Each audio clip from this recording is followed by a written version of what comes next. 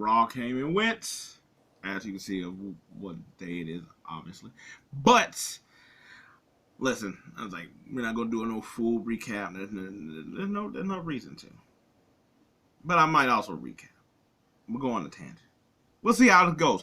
Anyway, CM Punk, Cody. I thought this probably was the best CM Punk promo interactions he's had. I was like, the Seth one was fiery and cool, and it's also like CM Punk back, so therefore that adds weight to it. You know, it was like I think it was like third appearance or maybe by then, so that added flame to it. That, you know, his first one with somebody, so and that heat there. Punk with Drew, that was really good as well too. But this one I thought was really good, of the way they sort of went tat for tat with each other. At one point, it was a little bit of like, you know, some dead air. But it really, it was like, but then when you see like the sandwich that it made, where, you know, I was like, their beginning, when they were just going at each other, trying to, you know, give each other like, you know, like, hey, because of you, thanks for looking out for me, your dad said this, but, you know, that whole thing. But then when he brought up the pipe bomb, and then it was like, oh, okay, cool, we're gonna get a little bit extra. And basically it's like, I'm more the American dream than you are. And then he's like, I'm more CM Punk than you are. That's where it got really good, and then they're face to face.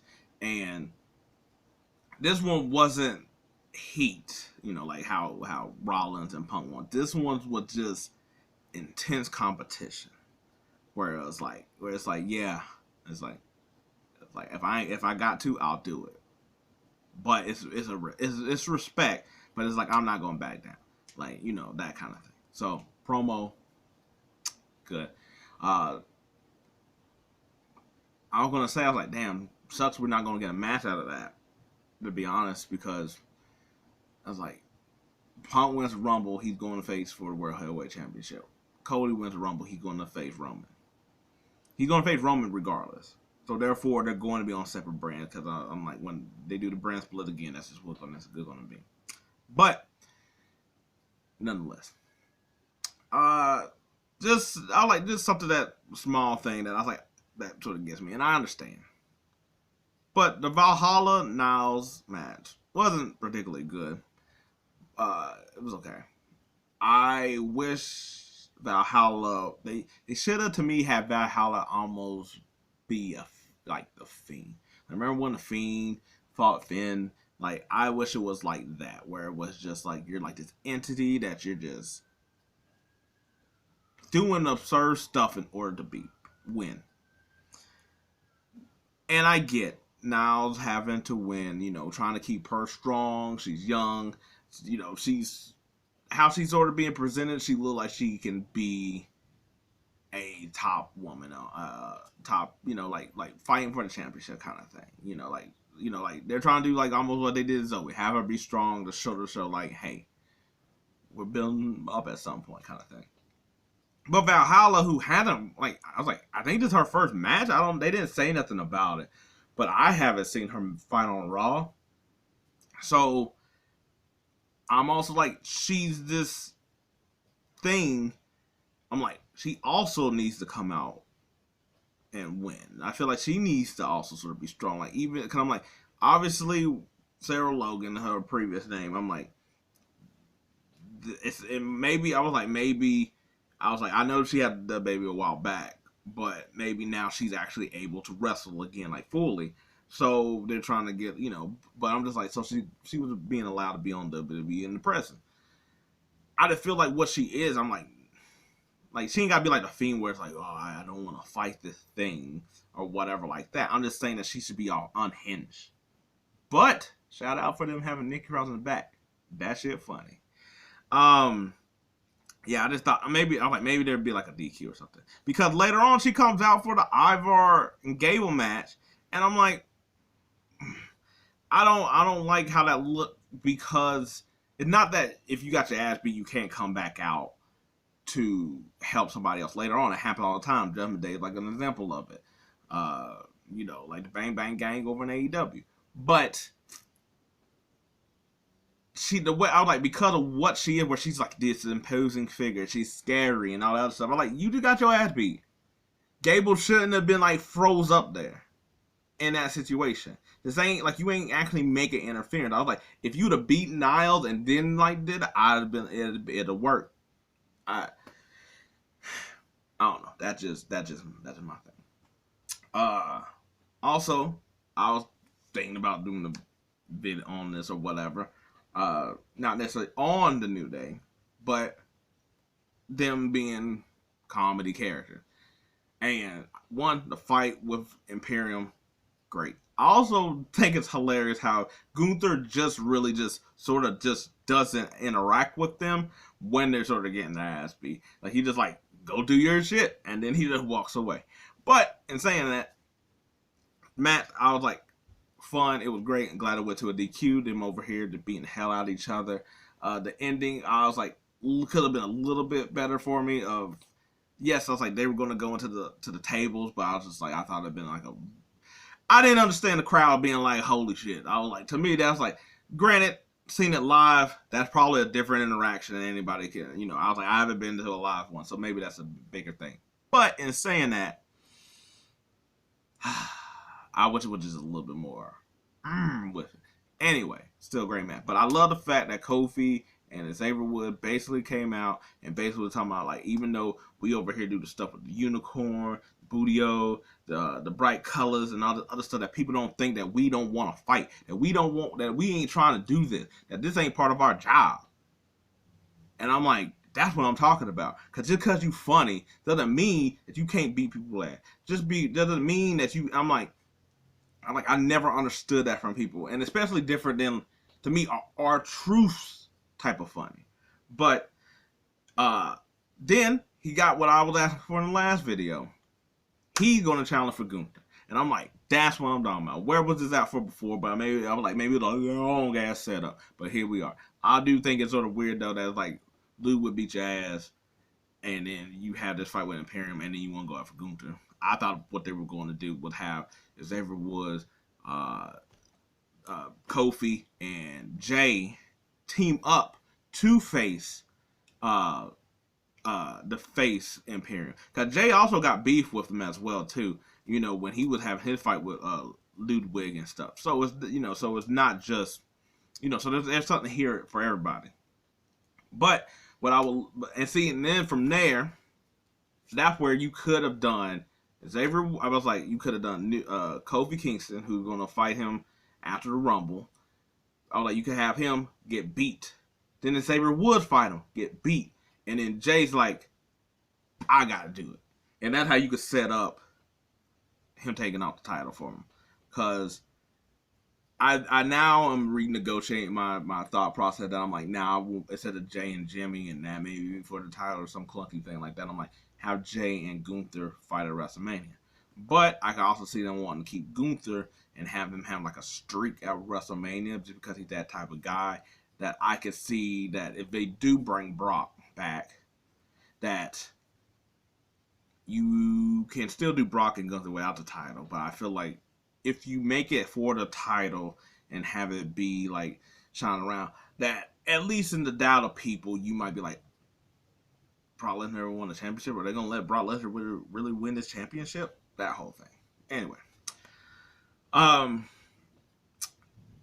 was like saving the whole other name, but I was like, just want to get to the Drew and Damien match.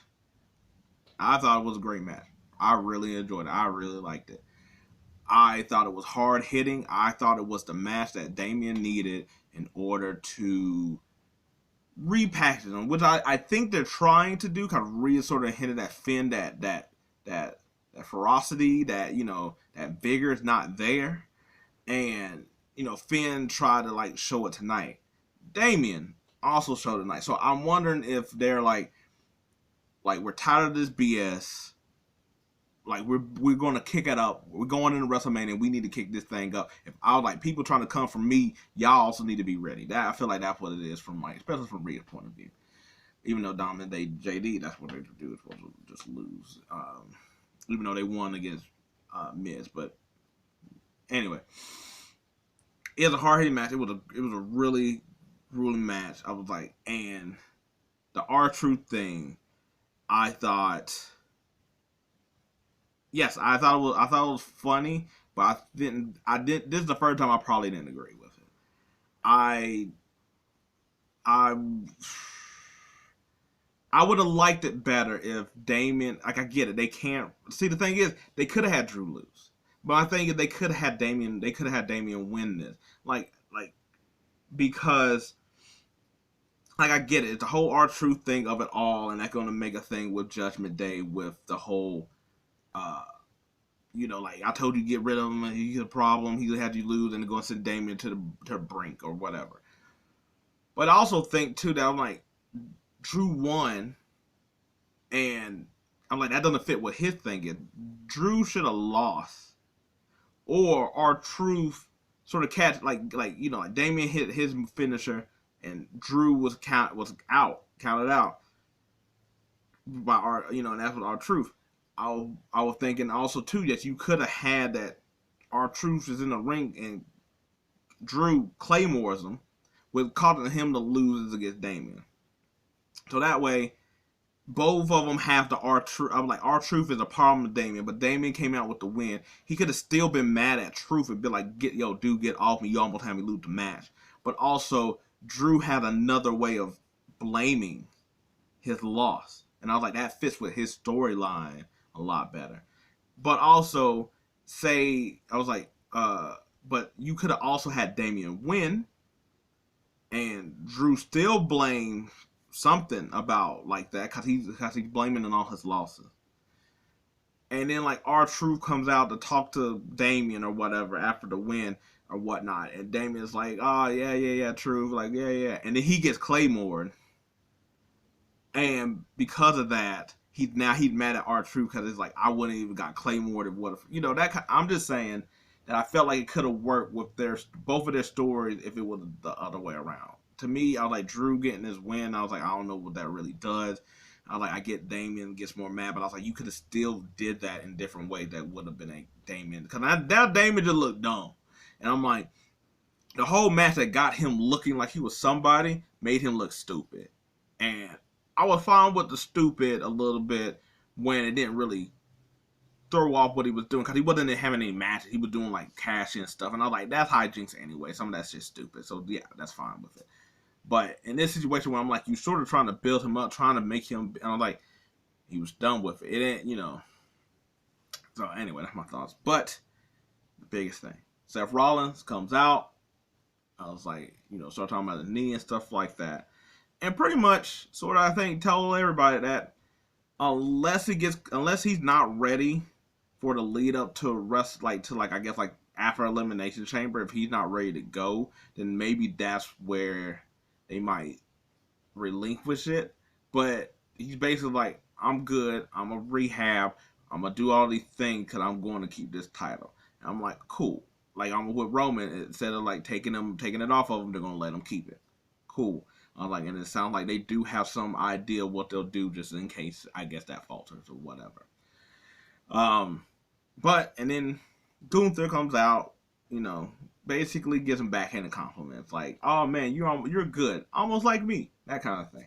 And it really sort of sets in doubt. I was like, I think it's going to be Punk. But it could be Gunther.